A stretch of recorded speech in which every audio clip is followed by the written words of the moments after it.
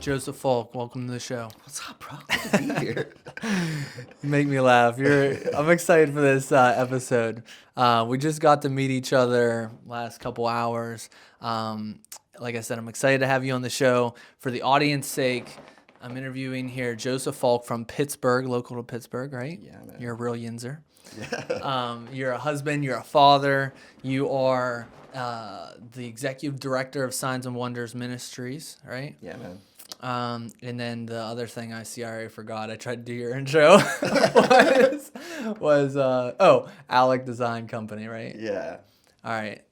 So we're gonna get into everything. The people who've watched this podcast, you guys know it's like a life story on the person.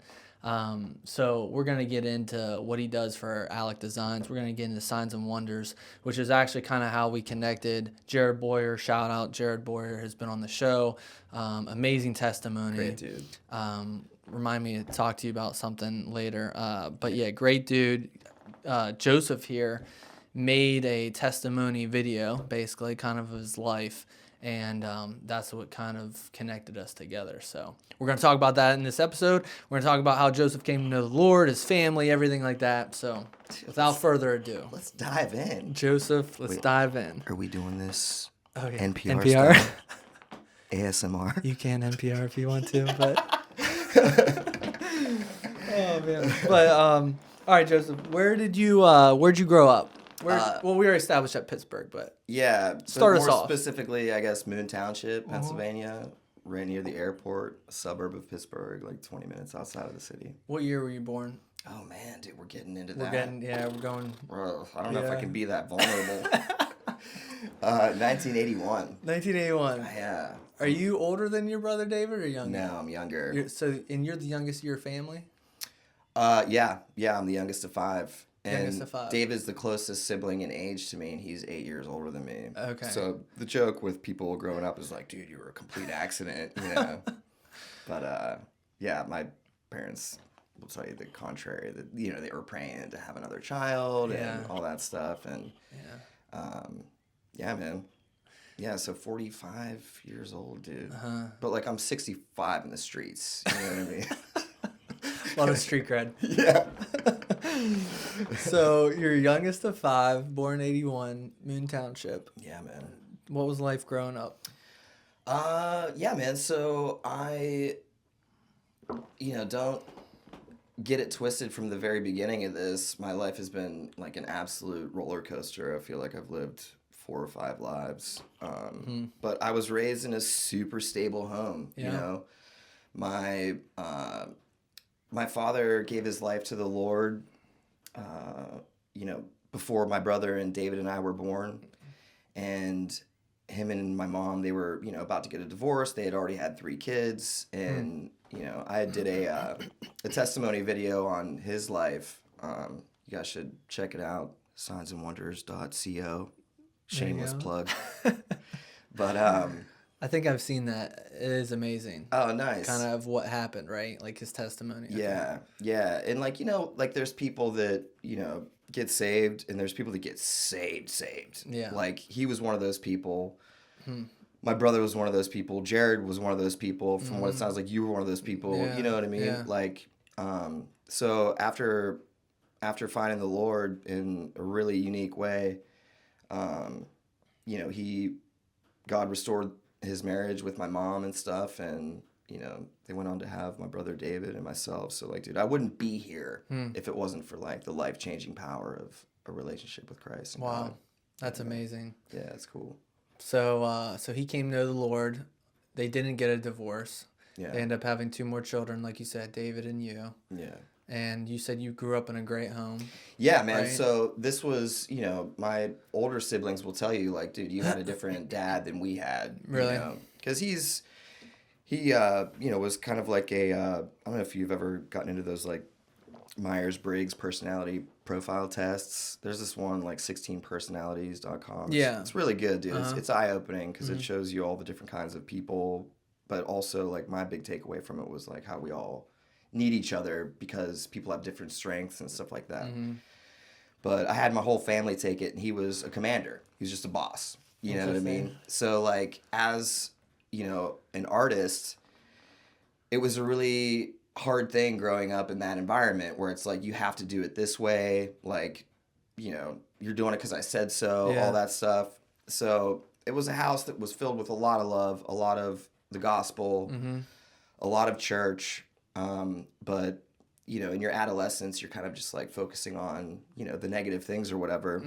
So I became, just really rebellious. We were going to church like 3 times a week, Sunday morning, you know, go back Sunday night, and then Wednesday night, I'm just like, oh my gosh, dude, you know what I mean? I just didn't, you know, there was some cool people in the church and stuff like that, but it wasn't like how churches are these days where it's like, you know, borderline entertainment. You know, the youth groups are awesome. You mean a show? No, I'm just yeah. But, so I was just, you know, running from that, you know. I mean, I was obviously being raised in the faith, you know, early on. I feel like, you know, I gave my life to the Lord when I was, you know, probably in elementary school, you know, not really thinking of it. But once I started, you know, kind of like becoming who I was, you know, meant to be, I just was kind of like running from it. And public school? Yeah. Okay. Yeah. You're running from it though? Yeah. So just, I got into, you know, drugs and stuff. Got arrested for, you know, possession when I was like 16 years old, super small amount of marijuana. Now it's like laughable because everything's legal. But like, that was a huge deal, dude, in my house. You know what I mean? Like, what are you doing? Yeah. You know, like God has a plan for your life. You know, this isn't what you're supposed to be doing and stuff like that. So one of the common things that's always remained consistent in my life is I just love people, dude. I have a genuine love for people. So I can feel that just by getting to know you for a couple hours. So So it's you know, it's a blessing for sure because it's real. But you know, it opens doors, good and bad, you know. So like, you know, it can put me around people that, you know, have had like criminal pasts and stuff like that. But dude, I still, you know, find a way to like love those people, man. So for me, there's just like no judgment. You know, I feel like God works on everybody in their own timeline. Absolutely. And yeah, he ends up finding us all one way or another. It's amazing how he does. Yeah. That's cool. So you're kind of off the rails in high school. Yeah. You get, now it's out in the light. And I love that. See, I don't know anything about your story. So this is like genuine. The viewers already know. It's me genuinely questioning. So then, like, obviously it didn't go over real well in your house. Then did you get back on the straight and narrow, or like where'd life take you after that? Yeah, so were you out of high school first of all? So this was like, I'm still in high school, and then whenever I graduated, you know, I was kind of procrastinating on what I wanted to do, where I wanted to go to school. So I did like a semester at Robert Morris. And I moved out right when I turned 18. So I was like, you know, in an apartment going to Robert Morris. But I'm like, dude, I got to get out of Pittsburgh, you know? Yeah. And so my parents had this like stipulation where it was like, we'll only help you pay for a portion of college if you go to a Christian school. So I had this like book of like Christian colleges, you know. I mean, I think the internet was around, but like we didn't even go there. And I'm just like looking through, and I found one in like West Palm Beach, Florida. And I'm like, dude, I'm going to that one. Yeah. Let's go. No brainer. Yeah. So I go down to Palm Beach Atlantic University, not knowing anybody. Like admissions counselor or something like that. She was like, oh, there's like another guy that's, you know, from the North Hills of Pittsburgh that's coming down here too. You know, I can put you guys in touch. I'm like, oh yeah, that's cool. So I met him, and like the next day he came in his car, was loaded up, and we hopped in the car and drove like 18 hours or whatever down to Palm Beach, Florida. So, and I loved it, man. I think it's really important for people to, you know, just get out of your comfort zone, you know, and I guess I didn't put a whole lot of thought into it because it was just a natural thing, but it's like, dude, I'm here. Let's all be friends. It's going to be awesome. Yeah. You know? Yeah. So met some great people there. One of my buddies from there, this dude, Pete Maldonado, he started that Chomps, beef jerky sticks or whatever. He started that? Yeah. Wow. But he was like from New York. He's just like this fast talking, like, dude, we used to work out and stuff. And he was like a break dancer, and like a friend of ours, this other dude, James, he was like a DJ. You know, he had like turntables and stuff like that. So he ended up getting these gigs at like these two places called like Liquid and Bliss. And we kind of got into the nightlife scene. Back then it was called ecstasy, not MDMA or whatever. But like we got into that, and you know, one thing led to another, and like all of a sudden I'm the guy that has, you know, the line on all the ecstasy, who wants it. I wasn't selling like huge amounts of it or whatever, but like yeah, I mean, I can't. Don't judge me. Judgment-free zone. Yeah, like I don't recommend people do things that I've done, but I really don't have a lot of negative things to say about that drug. It is literally like the love drug is what they call it. And that's why I was really comfortable, like, bro, you need to try this, you know, back then.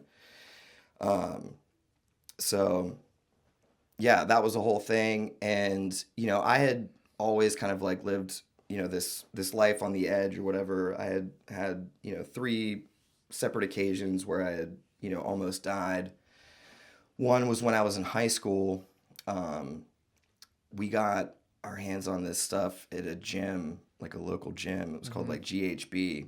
And it was, you know, it's made for like recovery. Like you take it after like working out a lot, and you take like a little lid of it, and you take that, it feels like you had like 6 beers or whatever, and you sleep better than you ever slept, and you're supposed to wake up like recovered. But we hear that that's the thing in high school, and we're like, bro, we drink a lid of it and we can get hammered. So at one point I had like 2 lids of this, and we're at my one buddy's house with like a couple of girls hanging out, and he had like a hot tub. So I'm like in the hot tub, and now that's like thinning my blood. Yeah, combined with that. I get out, I'm just like, man, I'm like really hot. Yeah. So like I put my head in this girl's lap, and she's kind of like rubbing my hair or whatever. Next thing I know, I'm waking up, and I'm like, oh, and I look down, and I got a needle in my arm. I'm getting shot with adrenaline or whatever it is they do to like bring you out of something. And I look up, and there's like a paramedic doing it. I'm like, no. And then I look over here, and it's a police officer. I'm like, oh my gosh. And I look over here, it's my dad. I'm just like, what? Couldn't have gotten any worse, man. So they put me in an ambulance, took me to the hospital, and yeah, it was a crazy thing. And what ended up happening was I completely passed out. They couldn't wake me up. My friends carried me around the house, because we would go through the house to get into the hot tub, around the house, in the front door, and upstairs so that his parents wouldn't see. Jeez. And then his sister came in and was like, what's going on here? And they're like, we don't know. Yeah. So she told her parents, and it was a whole thing. Now, in hindsight, I don't think I was going to die, per se. You know, because if I would have been able to just like sleep it off, it would have been fine. But to wake somebody out of like the deepest sleep where they're like, you know, unconscious is a thing. So it was like, that was kind of like a wake up call. And, but you know, it didn't last that long. You know, it was like, you know, maybe like a week later or whatever. I'm like, all right, dude, let's get back to business, you know? So I had no problem putting my own life at risk. And what ended up happening in Palm Beach, Florida, you know, was another kind of experience. I was on spring break down in the Bahamas, and, you know, went down there. We took a cruise ship from Miami, and, you know, I brought a bunch of ecstasy with me, but there was just a lot of, like, you know, drinking and stuff too. So I was already, like, on some ecstasy, but I was drinking a lot, and you know, I run into one of my buddies, and he's like, bro, he's like, I just took that. I'm like, sweet. I'm like, I'll take another one, you know, and obviously anything can be abused. This is why I don't recommend anything wholeheartedly. But like, I took another one of those, and, you know, same thing. I kind of like remember like going to sleep, and I wake up and like open my eyes, and we had, you know, just like 2 queen size beds, a bunch of us like splitting them or whatever. And there's 3 of my buddies sitting on the opposite bed, like looking at me. And I'm like, dude, what are you guys looking at? They're like, bro, we didn't know what to do. We thought you were dead. I'm like, for real? Jeez. So that was the second time.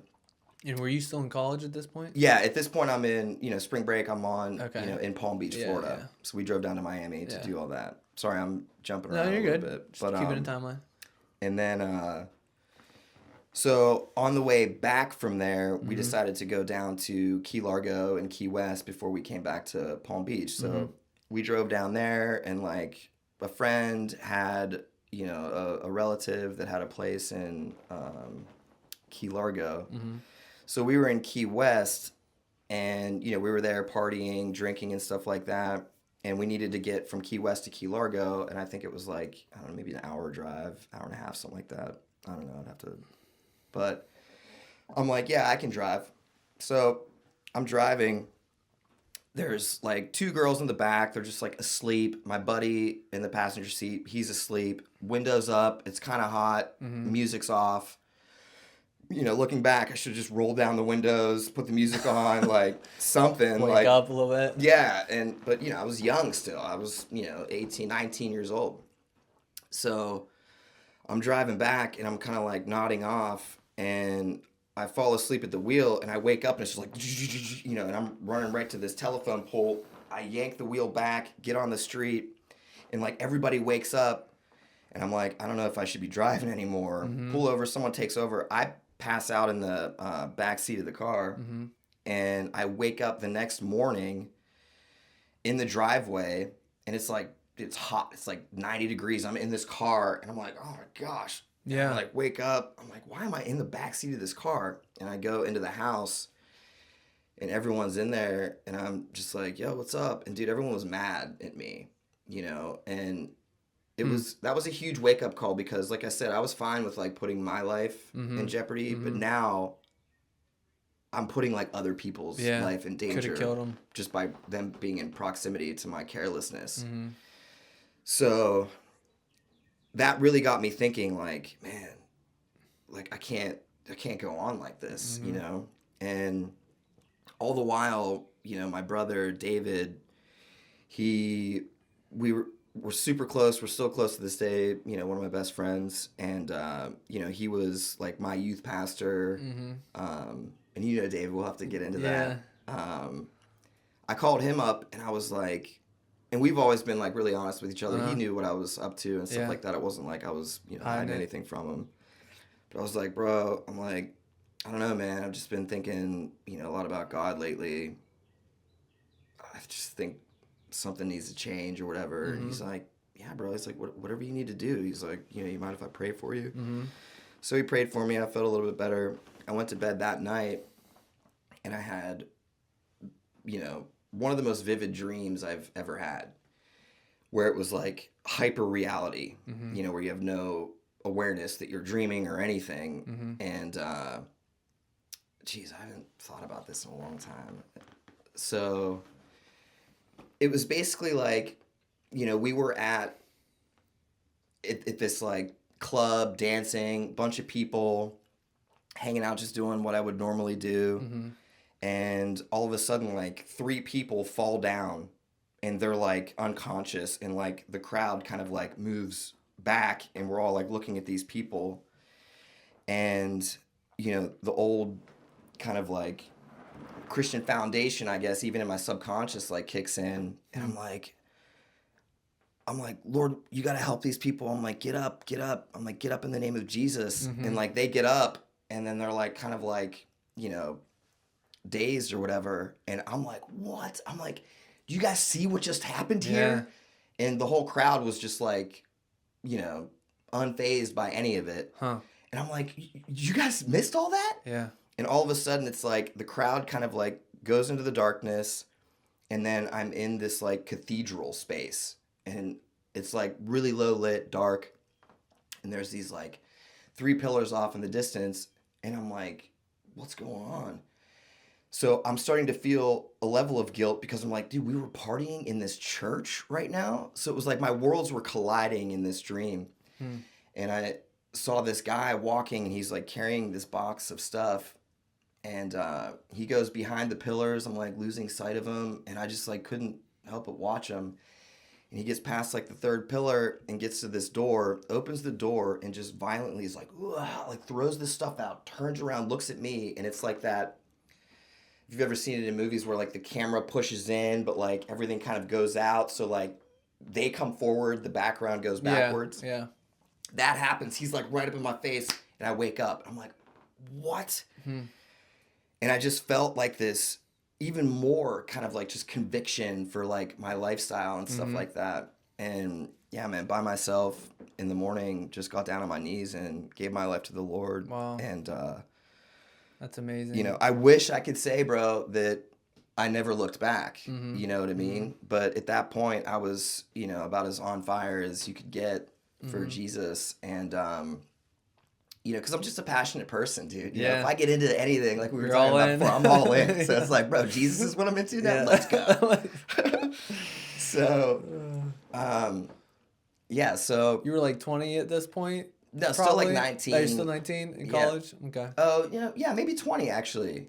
Yeah, because then I transferred to this, you know, private Christian school in Springfield, Missouri called Evangel University. My brother-in-law went there, and my brother David went there. And they have a high school. Is that the high school that has the football show? Evangel Christian. There's like a. I don't know. Sorry, there's like a. It's like Fox Nation or whatever it is, but there's a TV show. I think it's called God Family Football, something like that. But it's Evangel in Missouri. Oh. There's a high school. Maybe they started a high school. Okay, all right. Yeah. All right, sorry, I didn't go back to high school. Okay. No. I was wondering if they had a it's possible. A college. Yeah. Yeah, okay. I haven't kept up with you know how they're grown and stuff like that. But sorry, I get distracted. So I went back to high school in Missouri. Backtrack. All right, so you go to Missouri then. Again, not knowing anybody. This time I drove down there by myself, and like, you know, I'm on fire for the Lord. I'm going to like this more Christian school because like people like there was Christians at Palm Beach Atlantic, but like it was it was right on the Intercoastal Waterway. Okay. I opened up the blinds of like my dorm room, and it was just yachts on the Intercoastal Waterway, like where it was always like, oh, Trump has like a house over there or whatever. Yeah. It was beautiful. It still is. And so you just got people that were going there that were like they didn't even have faith or care about their faith or whatever. But Evangel was a different story. People were like into it.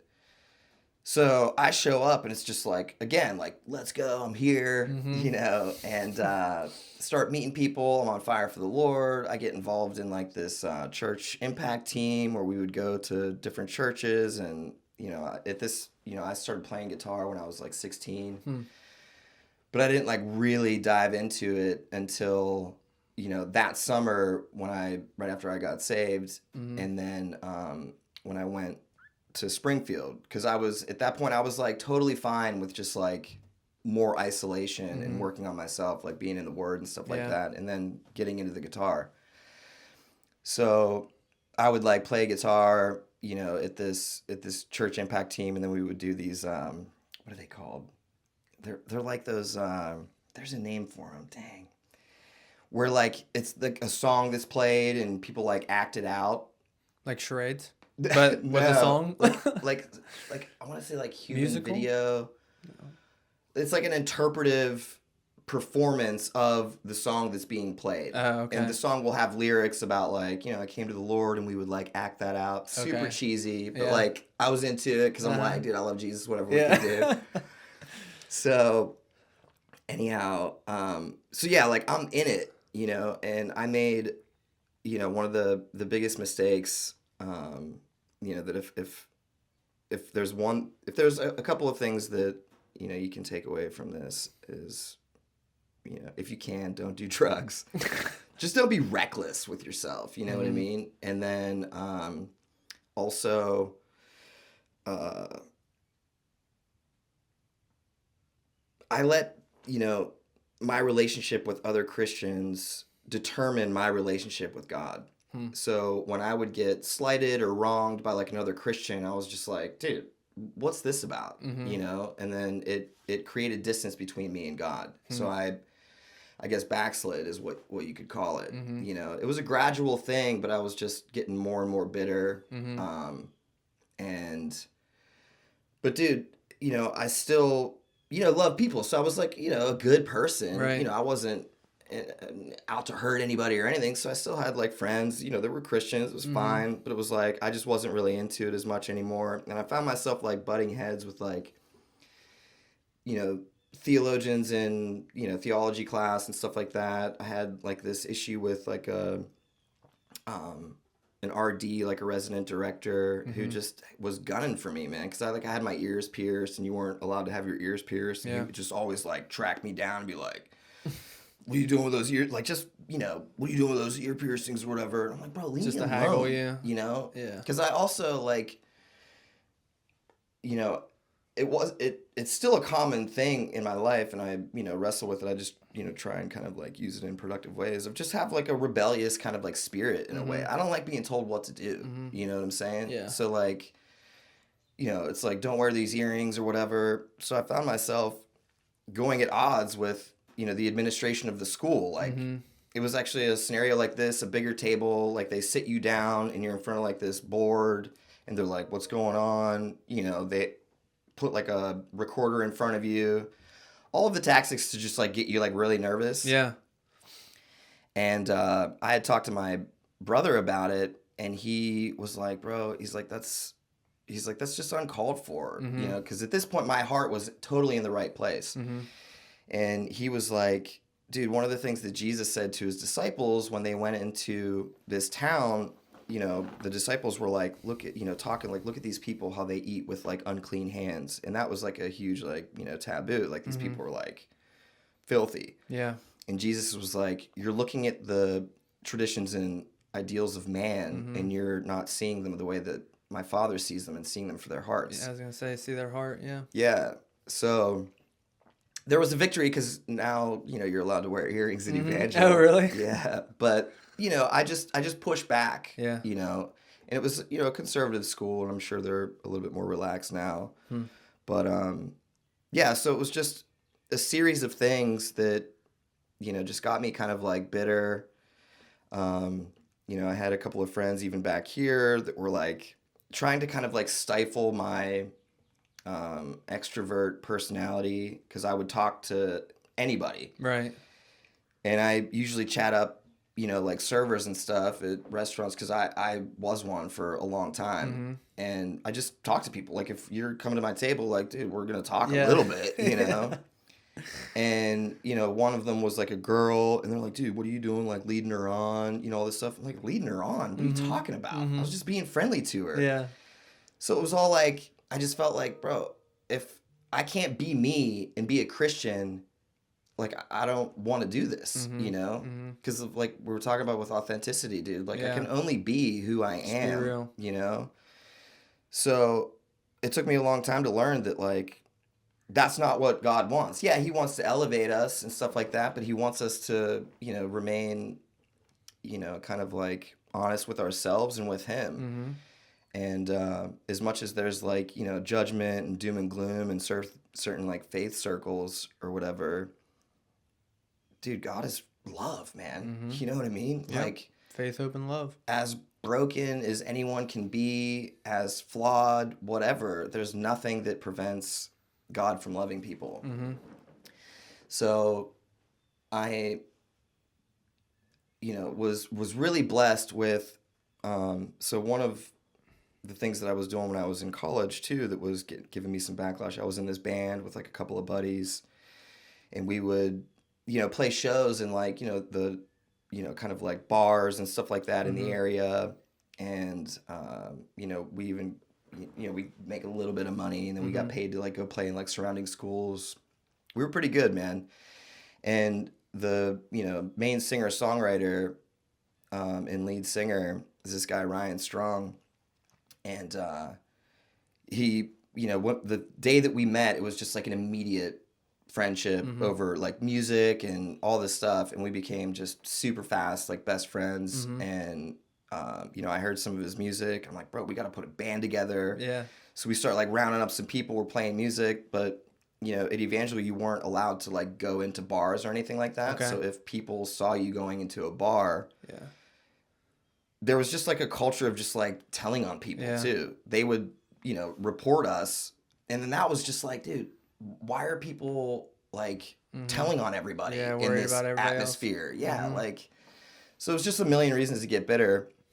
That turned into a thing as well. But I say all that to say that, Ryan Strong has been, just a long-term, consistent, super, super dear, one of my favorite people on the entire planet. And just an absolute brilliant mind when it comes to creativity. And he's been an inspiration, to me in the creative sphere in a lot of different ways. He's the only other person that I know that, does all the stuff that I do from, design to film and everything like that.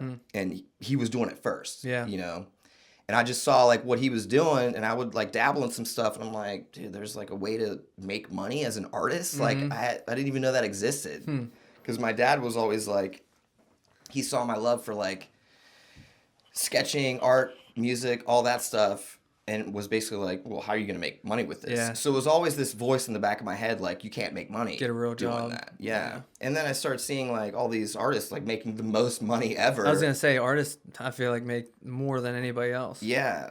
So in all kinds of fields. So many fields. And and it's, really all artists are people that are just, willing to think outside of the box and, to kind of like break that brainwashing structure that we're all a part of with like society. Like, oh, you have to do this, you can't do that. Yeah. Like there's all this like resistance. More than one way to skin a cat, I would say. Yeah, exactly.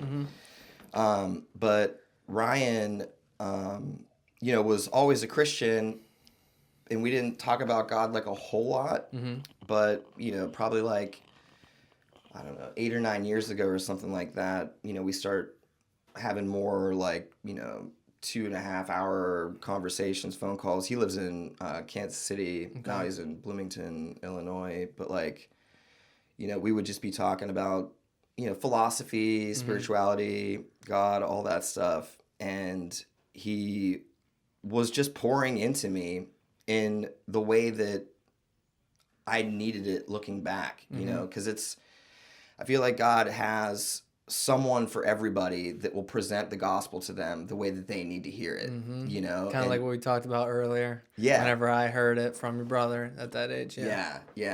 It's how I needed to hear it at that time. Yeah, exactly.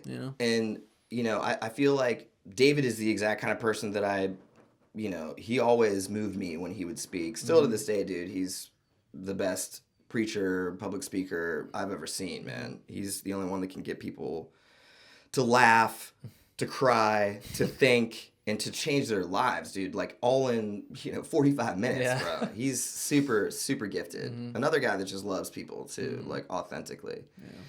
But I think I was probably a little, desensitized to that because I was just like around him so much.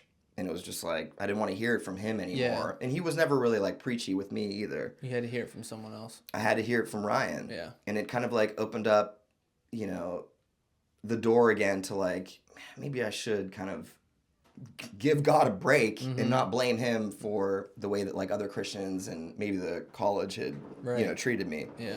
And I also don't want to speak ill about Evangel. Like it's a great school, but for a rebellious person, like all those rules and restrictions, it was just hard for me, But I met, some of my nearest and dearest friends, still to this day in Missouri. I met my wife down there. Really? Okay. Yeah. That's awesome. So, yeah, I don't know where we're going. So, you met your wife there. What were you majoring then in, like design or what? Yeah, I had a double major in business management and marketing. Okay.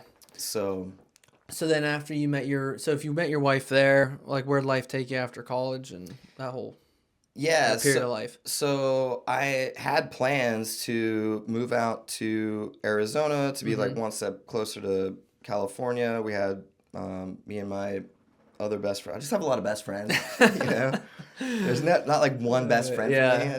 There's people in my life, dude, that I'll never let go of. You know what I mean? And there's not a lot, I'd probably say like a handful, something like that.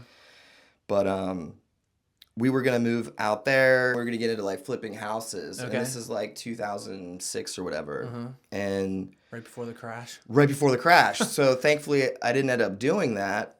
But, you know, I got a call from my dad and he's like, hey, you know, he had kind of like started this trucking company. Well, he like bought it off of Mobil Oil. It was like their private trucking fleet or whatever. Mm-hmm. He ended up buying it. And, you know, both of my brothers worked there. And he was like, hey, you know, he was already retired but still owned it. But he was like, hey, Wonder Transport, you know, needs to hire somebody else. You know, it just wouldn't feel right if we offered a position to somebody else without asking you first. I had no desire to get into trucking, you know, but at the same time, I was, you know, operating out of like a level of fear where it was like, I just need a job. Yeah. You know, out of college, it's like, dude, I'm going to have like these student loans. I need just like a resume builder. And, you know, where someone would be like, oh, Dad, that's awesome. Thank you. I was like, I'm like, I'll give you 5 years. You know, because like trucking, I didn't want to do anything with that. Just get going, make some money, and then dip. Resume builder. Right. Now I'm like in business, whatever. Sure enough, after like the 5-year mark, he's like, you know, I want to, you know, sell the company to my 3 sons, and you know, it put me in a position where it's like, you know, now I'm like newly married, and I'm like, oh, this is stable, it's safe. Trucking is so lucrative, dude. It's never going to go away. You're always going to need to move, you know, tangible goods from point A to point B. And I'm just like, I'm like, all right, you know. Reluctantly. Yeah, dude. Like, honestly, like these blessings, you know, I was seeing as like just shackles in a weird way. So I was like, all right. You know, so I did like a 7-year buyout of that. All in all, I ended up being at Wonder Transport for like 15 years. Okay. And bro, it put me in like a state of just like depression in a lot of ways. And, you know, I did get to work with, you know, my brothers. Yeah. I was going to ask, like, what'd you do for them? Like, were you in charge of, like, what'd you do? Everything. So you did a little bit of everything A in the small company. business, yeah. Like if someone would go on vacation, I would fill in for their position. Okay. Because I found myself early on, you know, when you start at a new job or whatever, you basically get like all the work that someone doesn't want to do, especially when you're like right out of college. Yeah. So I found myself in all this like busy work. Especially as a younger brother, too, probably. Yeah. And like I was, you know, just a natural hustler. You know, I always like worked hard, and you know, if it was like serving at a restaurant or mowing lawns or whatever, like I was all in. And I found myself like early on, they're like giving me stuff, and I would get done earlier and earlier, and then it's like, you know, Thursday morning, and I'm like, all right, what else? They're like, yeah, that's it. That's it. I'm like, what am I supposed to do for the next 2 days? Yeah. So it was, yeah, just like a weird thing. So, but it was also like a blessing in disguise. So with that extra time, I started getting to, you know, the Adobe Creative Suite, you know, more design stuff. I opened up a recording studio. Music That's never cool. really left my life. And Okay. me and another guy, it was called Ivy League Sound, and it was in like Swickley. And, you know, we would produce and record music for other artists and everything like that. That's cool. And, you know, did that in the evening, Uh-huh. you know, still while being like, you know, kind of like newly married. This is, you know, maybe 2 years after moving back. Okay. You know, so this happened pretty quickly. Yeah, I'd go to work all day, come home, eat with my wife, and she moved here not knowing anybody. And I'm like, babe, I got to go to the studio. And she's like, you know, lonely. So like, I got her a dog, you know. But like I knew that I had stuff that I needed to do. Yeah. You know? The creative, like, personality, you need that outlet. Kind of like what we were talking about here. I always got to be doing something. Yeah. I get it. I understand.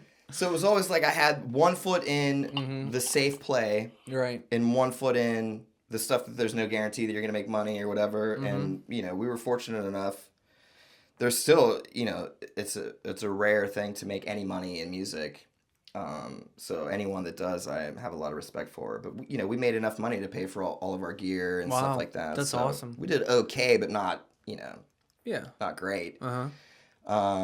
And then my partner, he ended up going to get his master's in computational biology at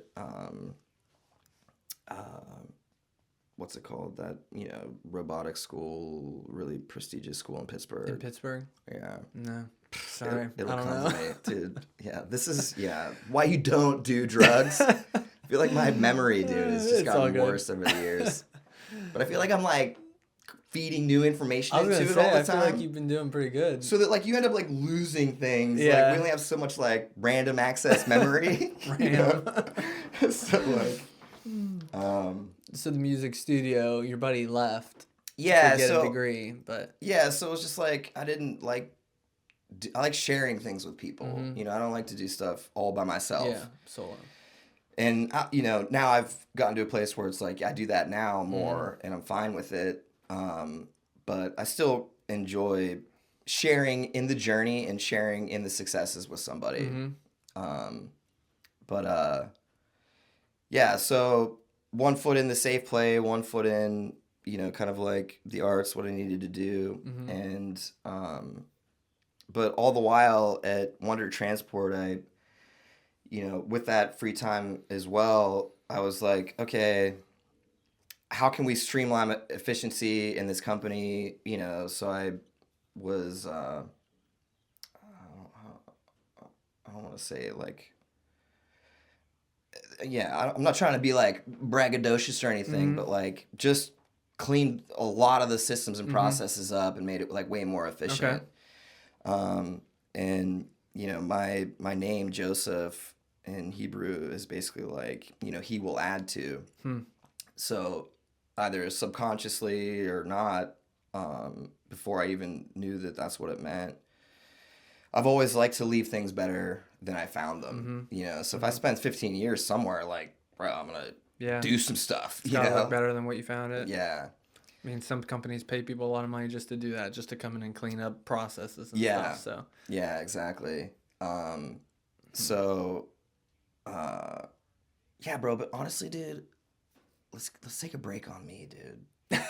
Like I said, man. Like I'll talk about myself, but I just feel like I'm talking so much. No, dude, no, like, no, it's fine. I'm getting tired of hearing my voice. Like. But yeah, tell me about you, man. So basically what I'm getting at from you is there's a lot of similarities that I could see in myself. There's a lot of like the creative side, I told you before we were on camera about, what I've done in the past, teaching, real estate, all kinds of stuff. And my dad, I love my dad.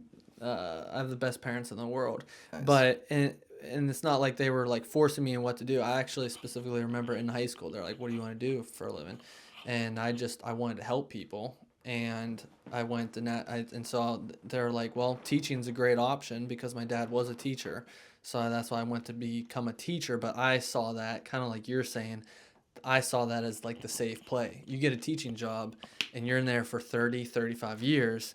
You retire with a great pension and you sail off in the sunset and do whatever else you want. And Mount Lebo is like a coveted school to get into. Right. One of the highest paying, that's like the best of the best, here in Western PA. So it took me a while to get there. I subbed my tail off, coached, did everything, And once I got that job, it's very similar like what you're describing. I like got bored, like I would do my job, but then I'd come home and it's like, all right, what am I going to do now? Same. I was newly married. We didn't have kids and I like had to like do something, so that's why like you see I do landscaping or whatever. So, the place is beautiful, by the way, for the people that can't see it. Thank you. You can tell that he does everything with precision and care. Seriously, bro. Like, thank you. It's that artistic that you're talking about. I like to create. I like to build. Yeah. I like to design, and so I just found myself doing that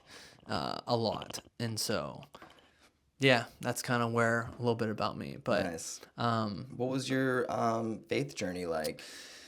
Well, like and like I guess I haven't really shared this. Your brother, when I was in college, he came to my college and preached the gospel clearer than I had ever heard in my life. Though I was raised in church, though I had, grown up in church and everything like that, I just never knew what a relationship with Jesus was like. And like I told you earlier, you know, and you guys have seen on this channel, my wife we did Proverbs 31 together, and she was the first one that was like, "Hey, what's your relationship with Jesus like?" And you know, like I told you, yeah, like out of nowhere, like we're talking about having fun, doing whatever, and she just hits me with that, you know. So it was combined with like that question combined with, you know, your brother just having it a way to make people laugh, cry, you know, realize where they're at in life, and that's how I gave my life to the Lord. So nice. But yeah, he's so good at that. I don't say, you know, I do lift people up a lot, but it's always authentic, you know? It's if it's deserved. And there's nothing about him being my brother that influences me saying that he's just an incredible speaker, man of God. Like, yeah, he crushes it, man. Because it's that authenticity, man. He just cuts to the core of people. When people have like agendas, and he was doing all of that for free on the side while running Wonder Transport. Wow. So on the side, he was doing... And he spent the bulk of his 20s being a youth pastor. He started the Chi Alpha, Robert Morris, ministry, and then, you know, would go up to, you know, Slippery Rock and speak and stuff like that. That's all in his free time, man. He sacrificed all of that for the kingdom, you know? So he had nothing to gain from that. Yeah. It was just out of, like, the love of Christ in his heart, man. Going back to you don't give to get, you know, we can talk about that a little, maybe on another episode or another video, but that's amazing. It's hearing that he did that for the love of Christ. Yeah, you know? And he wouldn't tell people like that. Right. He wouldn't be like, I'm here, no one's paying, you know. Yeah. Because it's like, dude, that's irrelevant. Yeah. I'm here because I love you. Yeah, that's it. That's it. So I got to get back to you eventually, but my question that I think that I want the viewers to hear is, you have this creative personality. You like to challenge the rules, which is like, I'm learning that like everybody's different. Everybody has a different personality. You know, some people follow the rules, some people don't. But my point is that you can be a follower of Christ and love the Lord with all your heart, soul, mind, strength, like the word says, and love people, but just do things a little bit differently than some other people. So you started the music studio. You know, you're following the Lord. You're newly married. What would you tell guys that are listening to this that maybe they are like your personality, they can relate to you, kind of like I can? What would you tell them if you could go back? Like, is there anything that you would change or like encourage those guys to like? Because right now you're doing an amazing ministry that I do want to talk about as well. Thank you, bro. How about transition that? You somehow took your creativity and now you're doing amazing things with Signs and Wonders. Yeah, so, you know, because of, you know, falling into, you know, severe depression, you know, having suicidal thoughts and stuff like that, I guess to answer your twofold question, the thing that I would suggest the most to people is just don't lie. Don't lie to yourself, most importantly, and don't lie to others. The more you lie to yourself, the more inauthentic your life becomes and your relationships with people. Like, you have to be who you are with others and with yourself. And you know what you're supposed to do. The more you run from it, the less happy you'll become, you know? We used to call those in high school posers.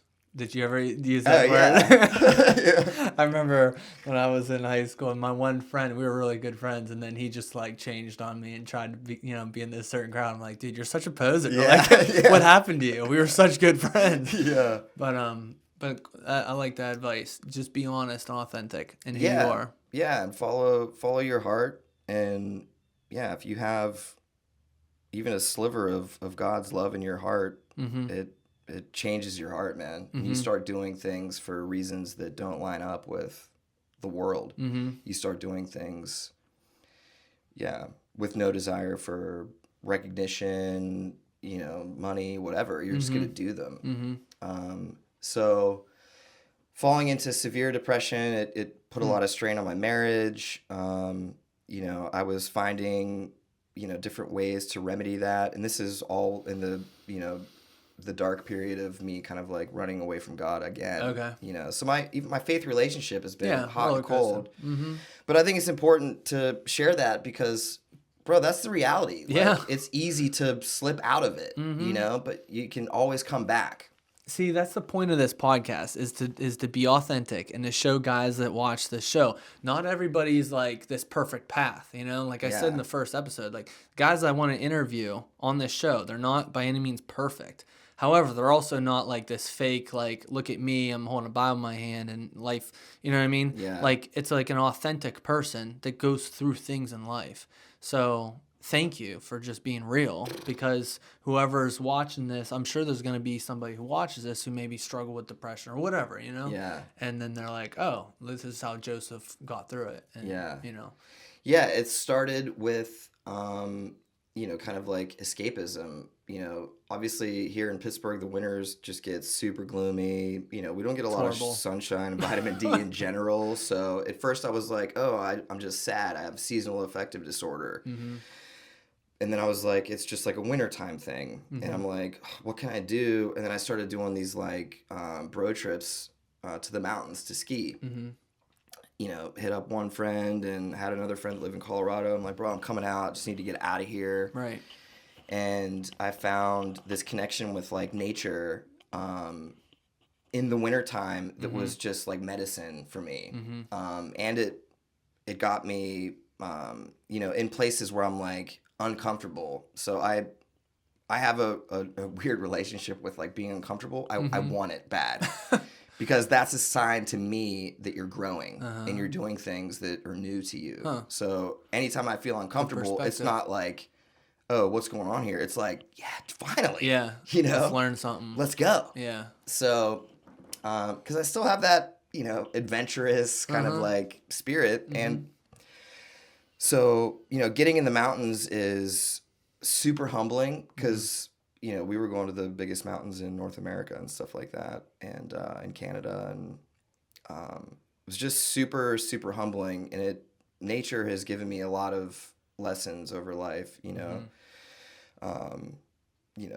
one in particular, like, you know, climbing a mountain or doing anything is just one step at a time, dude. You know, everybody looks at like, oh, dude, that's way up there, but they don't look at like how easy a step is. It's just one easy thing after another.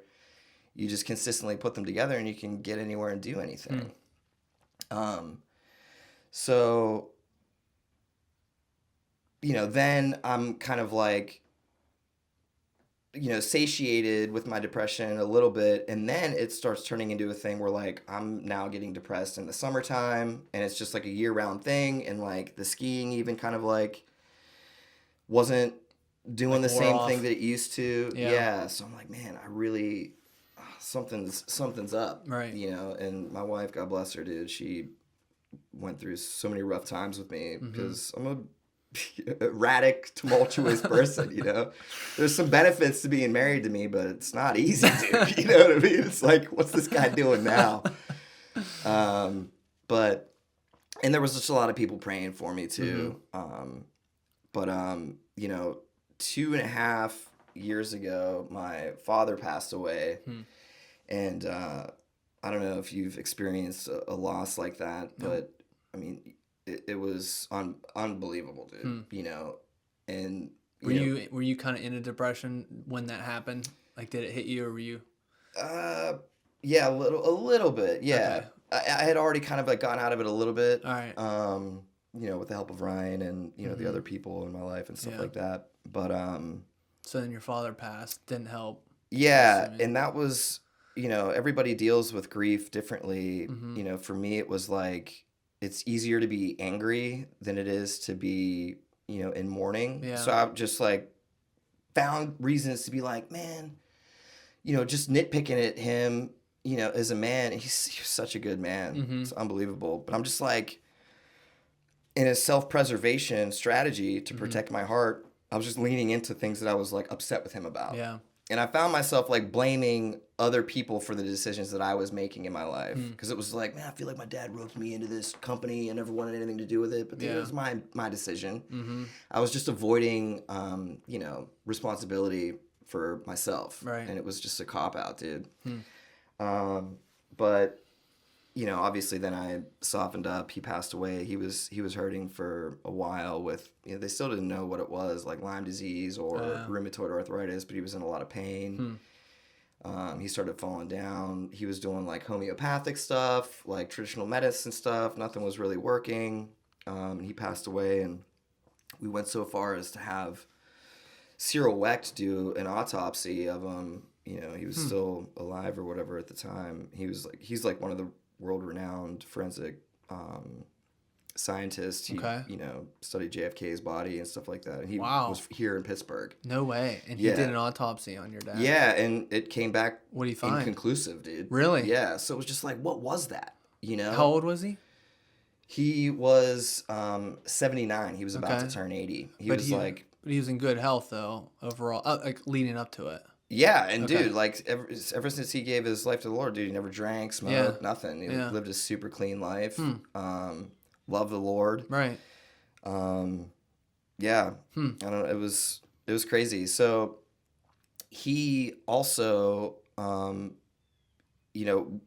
same year that he started Wonder Transport, he started Signs and Wonders, and it was basically like, at the time, and we still do this, he was just putting up, billboards with the red letter words of Jesus from the New Testament. And he, leaned on like the Lord saying like, so shall my word go forth. It will never come back void. Yeah. So his philosophy was like, just put the word up on a billboard. Like a farmer. Yeah. Sowing seed. Yeah. And there was no like signs and wonders at the time or anything. And, before he passed, Ryan Strong, the same buddy of mine or whatever, he had lost his job, and, we're talking, and it's like, all right, what? I'm like, how can we get you some money? What can we do or whatever? Yeah.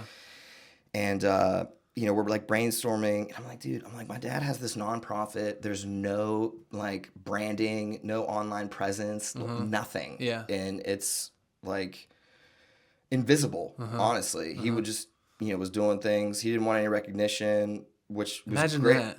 I know. It's like runs in the family, I guess. Well, I was just saying, like, imagine that, like, the world that we live in, kind of where I come from, which I'll share a little more, but it's like now every day, it's like you do one thing, you pray for somebody, someone gives their life, let's take a picture, and then put it on Instagram. Yeah. Hey, look at me, I just did, and I was guilty of that for so long, but it's just, I'm doing some charity. Yeah, great job, dude. Like, no one, I don't know. You shouldn't be putting that out there just to get a couple hand claps. But yeah, what's that scripture? Like, don't let your right hand know what your left hand is doing. Yeah. And, it's what we do in private that, God sees everything, but what we do in private is, especially if we do, kind things and charitable things and, we're, praying for other people more than we're praying for ourselves. Like, God sees that, dude. Yep. And it's more in line with, like, his heart. And it just, reaps blessings and stuff like that. Not that you do it for that reason, of course, but, like,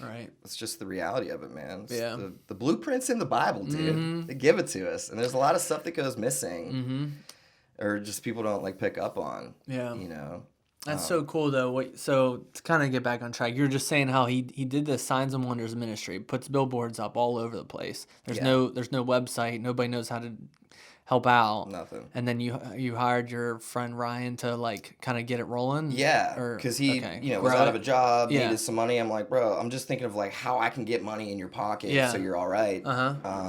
And I'm like, yeah, let's put something together for him.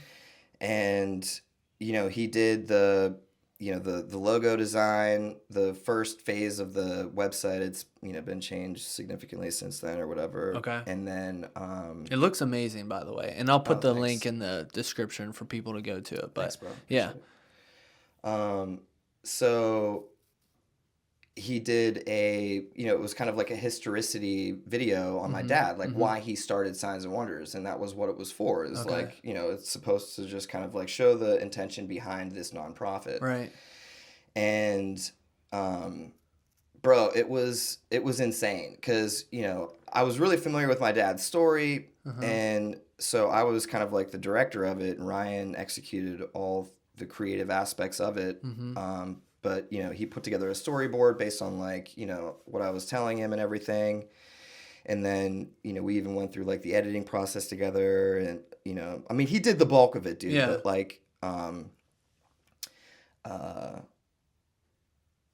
it was basically like he's living in Kansas City, and I'm like, all right, when do you want to come up and film this? And we're like looking at the calendar, and we might as well just throw it a dart at the calendar. He's like, oh, I can, you know, come up this weekend or whatever. I'm like, all right, cool. Let's get you a flight or whatever. And he was like, you know, a big part of my dad's story is, you know, the Hurricane Agnes portion where, you know, put like kind of like the fear in him where he started to get, you know, kind of like regret for the lifestyle that he was living and stuff like that. And it was just this, you know, hurricane that came up from the Gulf and, you know, hit New York. He was on a business trip and stuff like that. So Ryan's like, dude, what are we going to do about the rain? You know, we need rain. Yeah. I'm like, dude, God's going to provide it, you know? So, bro, you know, it was unbelievable, dude. So Ryan comes up, we start filming. We're going to go downtown to get, you know, shots from Mount Washington of Pittsburgh and everything like that to support the story. And on our way across the Swickley Bridge, it's like, you know, emergency broadcast comes on. You know, it's going to be like torrential downpours. Wow. Dude, it's like opens up, it's pouring. I'm like, bro, grab your camera. So that's that shot in the beginning where isn't it going across a bridge or something like that? Yeah. Well, no, that is a still. Okay. But it's been a while since I watched my hands on the steering wheel with the rain, the wipers. Yeah, that's I remember us in the car. Really? Okay. We rolled down the window. He's like filming outside. I'm going through these unavoidable puddles that are just spraying water out.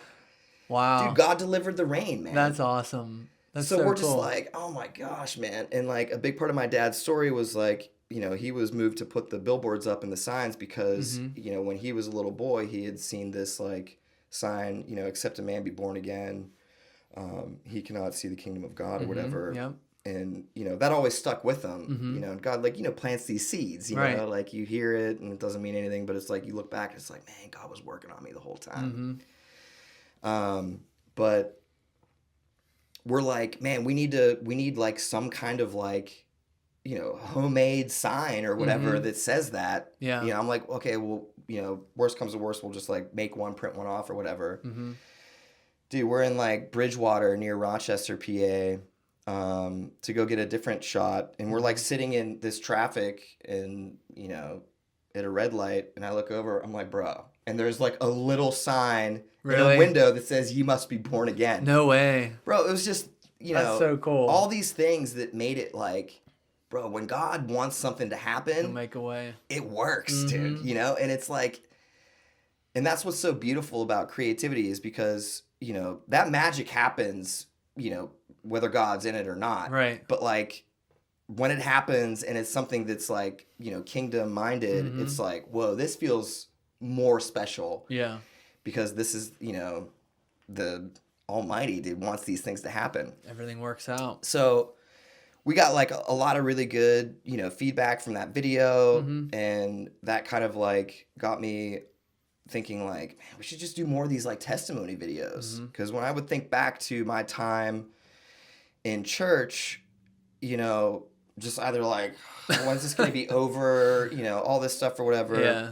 You know, this was one of the churches where like if something happened in somebody's life or if somebody got saved or whatever, the pastor would like bring them up and to share their testimony. And bro, no matter where my heart was or whatever, I always loved that. Yeah. Because it wasn't like, you know, reading from this ancient book. It was like, dude, God's doing things in real life right now. Yeah.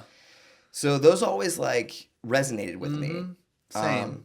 Remember those I Am Second videos? Yeah, love those. So when I got saved after that, dude, I watched like every single one. I was in college. I love those because it's just to sit down. And that's kind of what helped me with this idea because it's like I just love that idea of hearing somebody's story. Yeah. And so anyway. So yeah, I love those. Those were, those and one other video in particular was like the inspiration. It was, I can't remember the production company, but it was this 10-minute documentary short on this airline pilot who had a near-death experience, you know, saw God. It was an incredible story. Okay.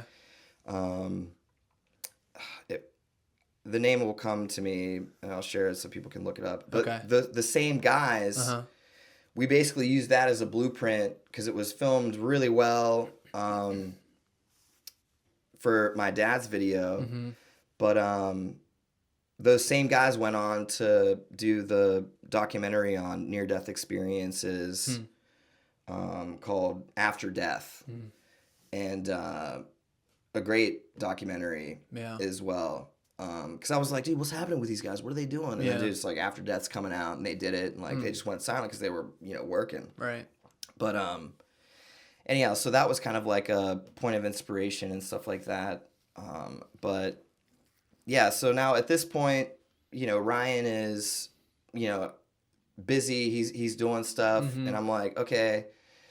I had like a little bit of experience, you know, acting and producing. You know, short films, and then like I had the privilege of like producing a feature-length film with some people. One of my other best friends. Yeah. A lot of best friends. Yeah. No, honestly, like 5. But I can't share my life without talking about these people and like the influence that they've had on me. This dude Shaz Khan, man, he's an incredible human being. He wrote this script, and he sent it over to me, and when I read it, I was just like, bro, you know, I was moved to tears after reading it, and I was like, dude, whenever you want to make this, I'll drop whatever I'm doing, do whatever I can to help you out. And sure enough, the call came. He's like, bro, I want to make the film. I'm like, let's go. That's sweet. So, learned so much, dude, there. Learned a lot, a mountain of things from Ryan, just seeing his process and everything like that. And yeah, just scooped up some cameras and was like, dude, I got to figure out how to film stuff. And started filming, you know, some videos.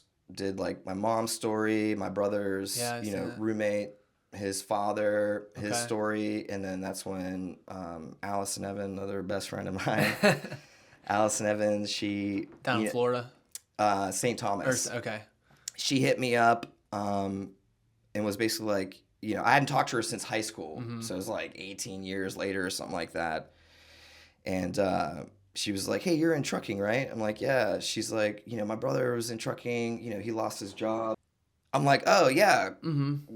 Give me his number. You know, we offered him a job. He ended up finding another job. But, you know, it was basically like, yeah, whatever a sibling of yours needs, you know, it was always like, you know, the Evans family in general, dude, I feel like they're, you know, cousins, whatever. There's no blood relation, but like we've always just loved their family, and they're just amazing people. So I talked to her then, didn't hear from her for like another year, but at that point I had told her, I was like, she's like, what are you up to? I'm like, oh, I just did this video on my dad or whatever. She's like, oh, send it to me. Send it to her. And then like a year or so later, she calls me up. She's like, hey, what's going on? I'm like, nothing. She's like, are you still doing stuff with Signs and Wonders? I'm like, yeah, I just, you know, finished, you know, the 3rd video or whatever. She's like, I don't know if I got back to you. She's like, your dad's video was so powerful. You know, and she was like asking questions about it. And she's like, yeah, I'm just like super jaded with, you know, corporate America. She's super successful, but has that desire to do things that are, you know, more meaningful than just making money. Fulfillment. Exactly.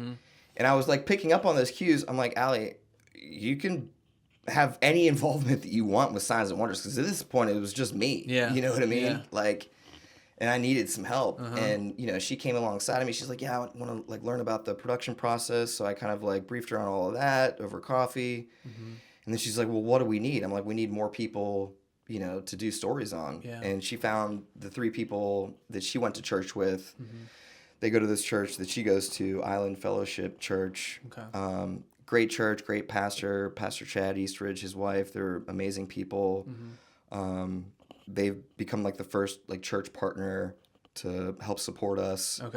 Oh, that's amazing. And, you know, we did the 3 videos on people, their stories. I went down to St. Thomas and filmed there. And it was yeah, dude, like I'm running audio, I'm carrying backpacks. I got, I'm a commercial drone pilot, so I got like my Sweet. drone. I'm just like, dude, in St. Thomas heat, sweating, Yeah. dude. Like, I'm already kind of like a sweater as it is, but dude, I'm just like drenched. Yeah.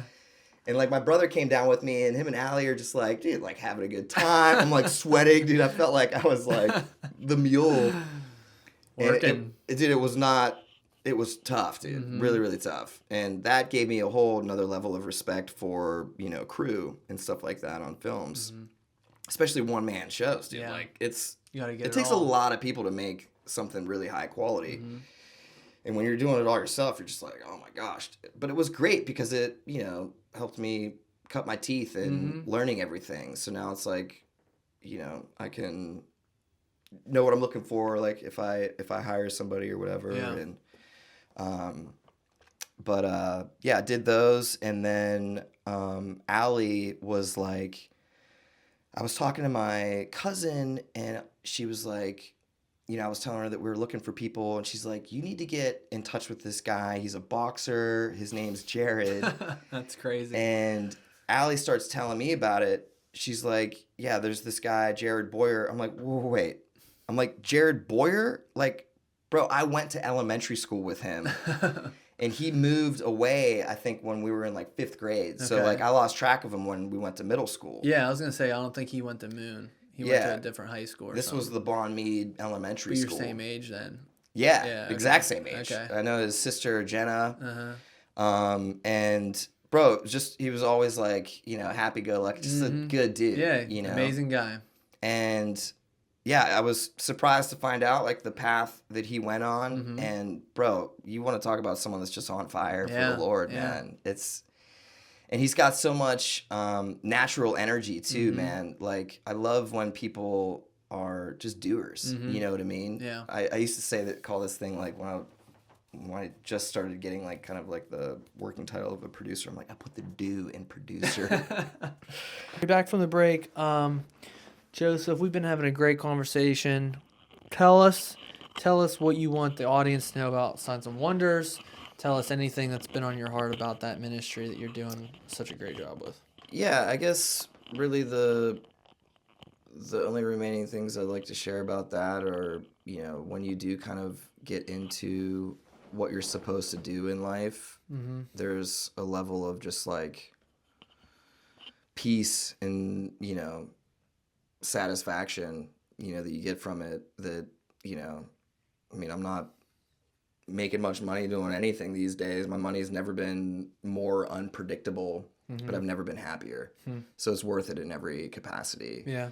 And, when God is involved in things that you're doing, it's just so, it just brings you closer in so many different ways. And, I found myself in this really crazy situation where, I had just got done watching this movie that was like a moving movie, and I was already kind of, I guess, sensitive at this point to just the spirit. And I started having these thoughts about like just my life and everything. And I just like got on the ground in my kitchen and was just overwhelmed with like the presence of the Lord. And it was so magnificent because he just showed me that like everything that I had been through had to happen, in order for me to be as grateful as I am to be doing this work. I had to be depressed for as long as I was, So all of the bad things, that happen in our life can be fuel for good. It's just like your perspective changes. Yeah. So I was just so humbled and grateful, and I felt seen and loved in a way that only God can make you feel seen and loved. So I just am living in a state of gratitude, man. You know what I mean? I'm just happy doing what I'm doing. It's like perfect for me because I love lifting people up. Yeah. And I love lifting people up that have a heart for the Lord. So we're actively looking for more people. So yeah, I guess if you or someone has a great story, reach out to us, get in touch, because we feel that those stories need to be told, because I feel like so many amazing things are happening in people's lives that, you know, are in churches, but those stories kind of remain inside those walls of that church. Yes. And I'm just trying to get the fruit that's in Mm-hmm. there and just send it out to everybody, Mm-hmm. you know?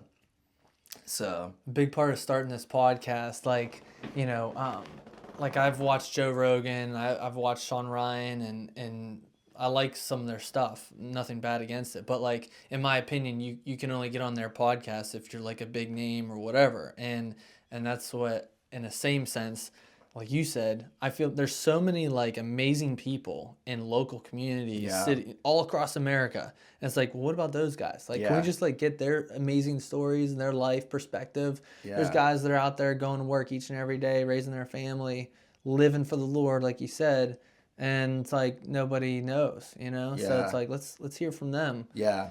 You know, we don't have to just listen to the big name people. Yeah. So, Bro, I have that same heart, man. And Yeah. like, you know, the blueprint of churches these days are, you know, it's like you only hear from the pastor. Maybe Right. the pastor's wife if she, you know, has a word too or whatever. But, you know, one of the things that I was fortunate enough to experience in the, you know, small church that I grew up in, you know, if something was happening in somebody's life, he would bring them up on stage and they would be talking, you know, he wouldn't do much of a sermon that day. Yeah. And I feel like the blueprint of church services, and I could totally be wrong, but like it's directed to God, but it's just all, you know, through the preacher or whatever. And dude, I know they get tired of like coming up with messages and stuff like that. Bring some people up, dude. Yeah. Have them share their stories. You get a break. And it's encouraging to hear from like regular people, not like somebody who's like dedicated their life to, you know, being a pastor and stuff like that. You know, Yep. I feel like, yeah, the sooner we kind of take the spotlight off of ourselves and show it to all these other people, the better, you know, because there's treasures in everyday lives, man. There's a lot of gold out there. Yeah. Well, thank you, Joseph, for being on this show, man. Bro, thank you, man. Thank you for sharing your testimony, all the things that you shared, the ups and the downs. Authentic has been a word that we've said quite a few times. Yeah. I think the audience will be able to see that you are one authentic guy, that you love the Lord too. Any last things that you want to share on the show? Anything you want to leave guys in America? Anything that you want them to take home, or your family? Sorry, we didn't really talk much about your family. You have an so that's kind of a big part. I need to do a better job of that. You have a wife and two girls, correct? Yeah, I'm a girl dad. Okay, you're a girl A dad. lot of estrogen in the house. Yeah. It's taught me things about women that I wish that I didn't know. But yeah, I love my daughters. I love my wife. Like I said, man, my wife was super, you know, just loyal through like all the ups and downs of the roller coaster of my life and stuff like that. So yeah, she's incredible. But yeah, I guess like, you know, it feels weird, like, you know, speaking to all men, because it's like, dude, who am I? I can just share what, you know, works for me. And if this works for anybody else, then cool. But like, I feel like the example is set in Jesus. You know what I mean? If you want to be a solid man, be as much like Jesus as you can be. Amen. And he was so full of love, compassion, but he wasn't, you know, just this like super soft, sensitive guy. I mean, he was a dude that would, you know, flip tables over and, you know, he was rebellious. He had no problem standing up against people, you know, authority and stuff like that, but from, you know, with a place of love. And, you know, when people become Christians, they try and insulate themselves from, you know, non-believers and stuff. I mean, Jesus was spending all of his time with non-believers for the most part, just like sharing and stuff. And one of the last things that he said in the book of Acts was basically like, you know, be witnesses, you know, after I'm gone from me. The Holy Spirit will give you that power. So never hesitate to, you know, tell people that you love them. If it makes them uncomfortable, that's their problem. Be authentic, be true to yourself. And yeah, man, just follow Jesus, bro. Like, he's got it, you know? I Like, love it. It's all in there. It's all in the word. We just need to man. be better at getting in there and growing closer towards him, Yeah. following him. There's a Christian rap song. I think it goes. Is it DC Talk or something? I don't know, but there's one line there that was like, everyone tweets, but they don't know who to follow. And I've always remembered that line. Everyone tweets, but they don't know who to follow. It's like, Dude. I'm just thinking about that right now. But Yeah, we it's know who really to good. follow. So, Bro, I do want to say you're Yeah. awesome at this, man. You Thanks. know, I wanted Praise to the Lord. hear more from you. I see what you did there. You like immediately flipped it right back. But kudos to you, man, because you Thanks. created just such a safe space, man. You know what I mean? Like appreciate it. it was easy to just be like, oh, this dude's awesome, you know, and keep doing what you're doing, bro. Appreciate it, man. Heck Thank yeah. you. To everybody who's watched this podcast, this episode, and followed along, thank you for joining with us. If you want to reach out to Joseph Faulk, go to signsandwonders.co. signswonders.co. Signswonders.co. Yeah. Alok Design, you want to plug that? Sure, shameless yeah. plug? If you need any kind of architectural visualization, graphic design, web design, you know, restructuring of, you know, your small business or whatever. Yeah, Alok Design Studio, ALOK designstudio.com. Okay. Yeah, Alok is like Sanskrit for one who transcends worlds. Okay. So, Okay. I was gonna ask, and I'm sure people on here were wondering. and so- like light being too, or something like that. Yeah. There's like a few different meanings. for it, Okay. but yeah, Okay. I saw that and I was like, yeah, bro, like That's it. That's me. Dude. Like, because I'm in like the creative space that doesn't exist, and then I help it exist here. and- Right. I like it. So Alok. ALOK. yeah. Design. Okay. Alrighty. Well, thank you, Joseph. Appreciate you, man.